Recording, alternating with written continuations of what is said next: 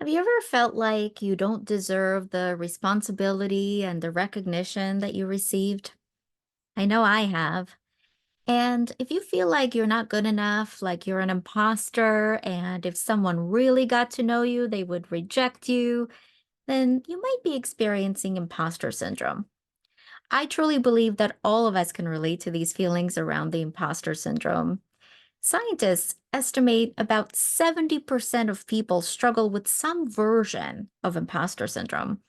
Many of us worry that someone will find out something that will lead to us being rejected, fired, or publicly shamed.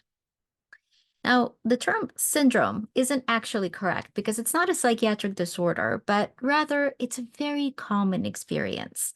It affects people from all disciplines and backgrounds, from doctors to scientists to college students and professors to writers, artists, social media influencers, and more.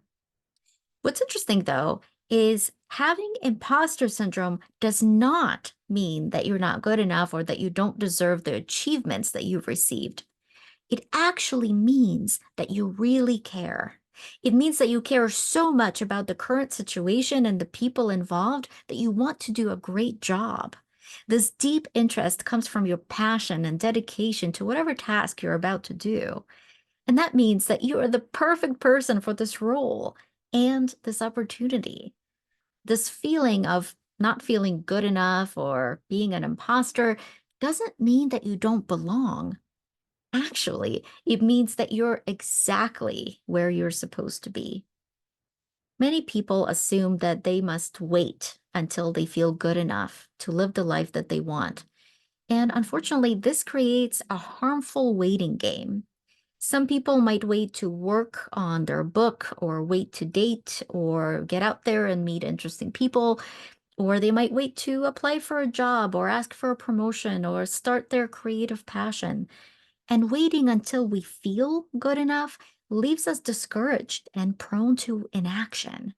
And then we're caught in a constant state of waiting and putting our lives on hold. The best way to manage imposter syndrome is to talk about it, to share your experiences about this universal experience. And when you do this, you can see that many people feel the same way most of the time. You'll find that conversations around this experience can be a relief not only for you, but also for the other person. Finding this shared experience can normalize it and reduce the shame that you feel about it.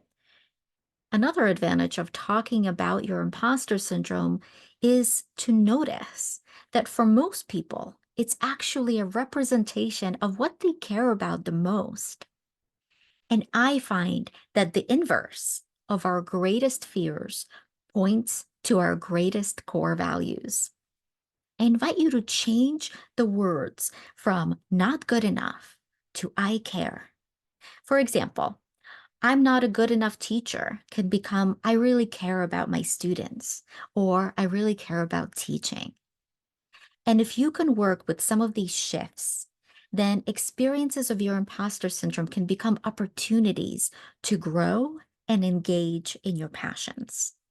Remember that you feel this way because you care so much about doing a great job, and that means you're exactly where you're supposed to be. Thank you so much for watching, and thank you for being wonderful.